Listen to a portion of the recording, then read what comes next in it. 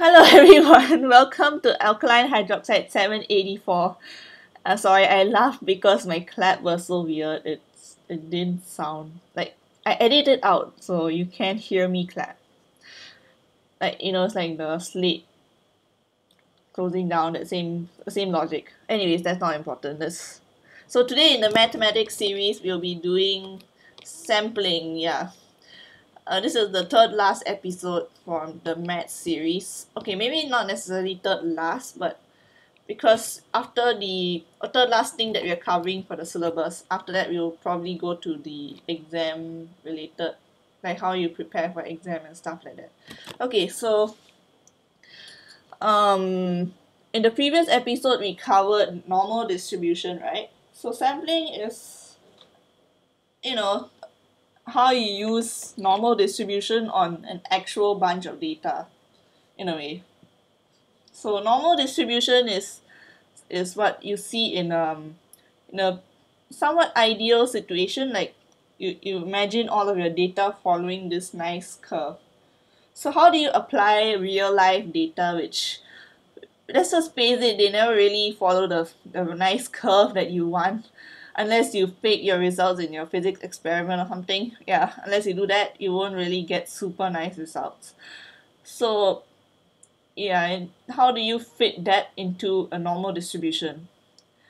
Well, this is where sampling comes in, or at least the concepts that are covered here come in.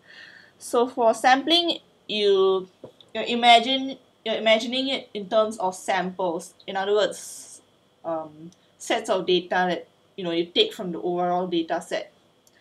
So the population would be the number of data that you have in each of the sets. Like for example, if you have a population of 10, that means you have 10 data points.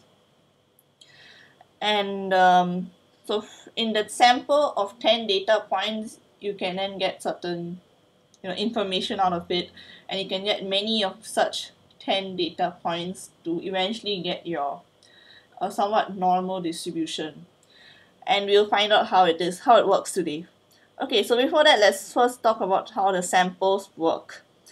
There's the first point in your learning objectives is about the concept of population, random, and non-random samples. So population is the thing that you're getting the data from. Like for example, if you have a measurement of the diameter of a pipe, so you have many pipe parts and you measure the diameter of each of them with a vernier caliper, and that is your population, in the sense, population data. And if you're looking at the sample itself, the random and the non-random samples, random means that there's absolutely, okay, maybe not, like as much as possible there's no bias, as like in terms of human possibility and whatever else that you can control, as much as possible there is no bias involved in the sample.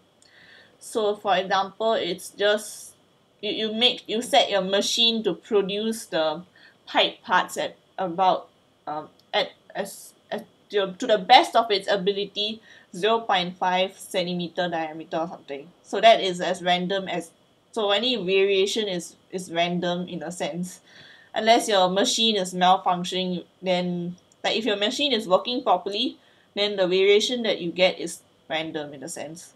But if your machine is malfunctioning, there's a non-random data, because the machine then, maybe the machine is really malfunctioning and therefore it makes the diameter 0.7 instead of 0.5, and in that scenario it is a non-random error, or like a non-random change to the data.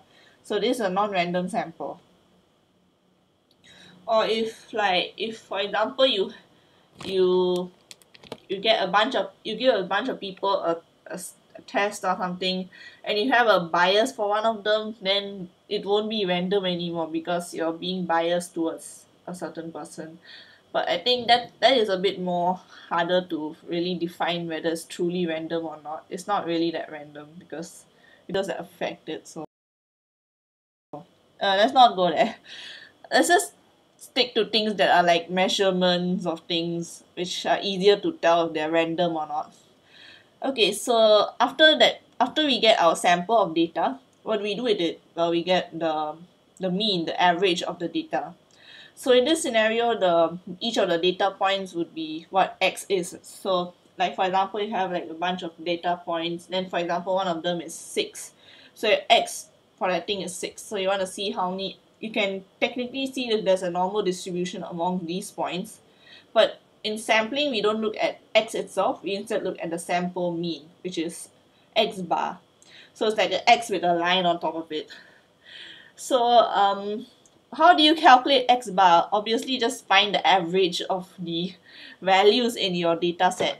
So let's say if you have 10 points, you add up all of the values and then you divide it by 10. That's your mean. It's pretty simple. So what would be the expected value of x bar? Well, it is the average. I mean the average of the 10 data points. And you may be thinking, am I just saying that expectation of x bar is x bar? I'm not saying it in that sense, but I'm saying it in the sense of like if you do not know the expectation of x bar, but you have the data for the average, then you can just say that expectation of x bar is the average because it is technically x bar. Yeah, but the reason why they're not exactly, like, you cannot just say that, oh, expect the x bar is definitely the equals to the sample average, is because we are assuming that there are many such samples like this, like many such sets of 10 data, and the x bar from each of them will be a bit different. Therefore, the expectation of x bar is equals to the average, rather like the provided average in the question, like the sample mean in the sense, rather than the sample mean, the thing that they give you, the whatever the mil is equals to, compared to saying that x bar itself is equals to mil. There's a difference. Yeah. So I hope you understood that. I think writing it down would make more sense. So how do you get variance of x bar then? You would, if you have like mil, then you probably will be having the population variance as well. Yeah, so mil is population mean. Then you have the other thing, the population variance, and from there what you can do is to figure out what variance of x bar is using the rules that we learn in normal distribution. So x bar is technically the sum of all of the x values over n. So in this scenario, you will be having let's say, I don't really know how to say it. Okay, so the variance of x bar would be equals to the variance of x you know, times, wait, no, the variance of x times n, because we are adding it n times. So this equals, the variance of x bar would be equals to the variance of nx over n. Wait, no, just kidding. Sorry, it's not nx over n, it's more like x over n, and then you do that n times. Yeah. I hope you understood what I meant. So it's like you have the variance and you divide it by n square first, and then you times it by n because you need to plus n of those to get variance of x bar. Yeah, so that's why the variance of x bar is basically the population variance over n. Yeah, that's pretty much it. So the next point is how you would get your distribution in a sense. So if you have a normal population, then like for example, your population is super ideal, all the data follows a normal distribution, then you have nothing to worry about. Your x bar will also follow a normal distribution. But most of the time this is not the case, you know. As I've told you earlier, it's really hard to get super good data unless you fake your data, or unless you somehow end up getting good data in your physics experiment or something like that. I'm saying physics experiment because you're more likely to actually do stuff like that in physics compared to chemistry, but you get the idea. And in chemistry, you're hardly gonna be getting like super consistent data, except for titration maybe. Yeah. But anyway, that's not the point. So the point is the data is not gonna be, it's not usually gonna be a normal population in the sense. It's not really a normal set of data. So that's why we use this sampling method to, you imagine set bunches of data that give you a certain mean x bar, and from there we need to ensure that the sample size is large enough. So what does that mean? 10 isn't actually large enough unless your population is normal. So I think something like 50, usually 50 would be a good number. But if the question just says a number, then you can just say, oh, this is large enough for the theorem, which I will be telling you just right now. So the idea here is that with a sufficiently large sample size, when you find the mean, you're more likely to get something that is expected in terms of a normal distribution, because in a sample size of 10, there's a larger chance of high variance. You know what I mean? Like, imagine if you were to flip a coin, you get X or O. If you flip it 10 times, you're more likely to have a really off shift compared if you flipped it 1,000 times. So in a way, when you flip it 10 times, you could get 9 heads and 1 tail. But like once you flip it 1,000 times, the differences won't be as significant in a sense.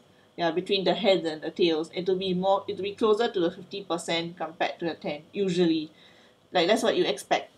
And likewise, the same goes for the sample data. So if you use a larger sample size, it's more likely to follow normal distribution. So what does this mean? How do you define this, or how do you say this out? Well, you call this the central limit theorem. So what it means is that when you have a sufficiently large sample size, you would expect that the sample mean will eventually go to a normal distribution. So I'm pretty sure you have some kind of thing in your notes, but it isn't that hard to say. It's just like, oh, since the data is sufficiently large, by central limit theorem, we assume normal distribution for the data or something like that. You don't need to, since there's nothing crazy to tell here, just it's as simple as that.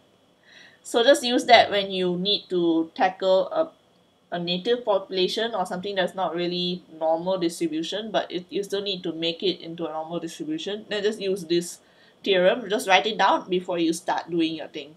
So how it would end is that since by central limit theorem, we can say that x bar, squiggly line, and bracket your expected x and your variance expectation of x bar and your variance of x bar.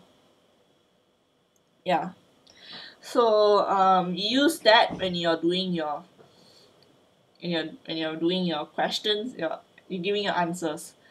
Okay, so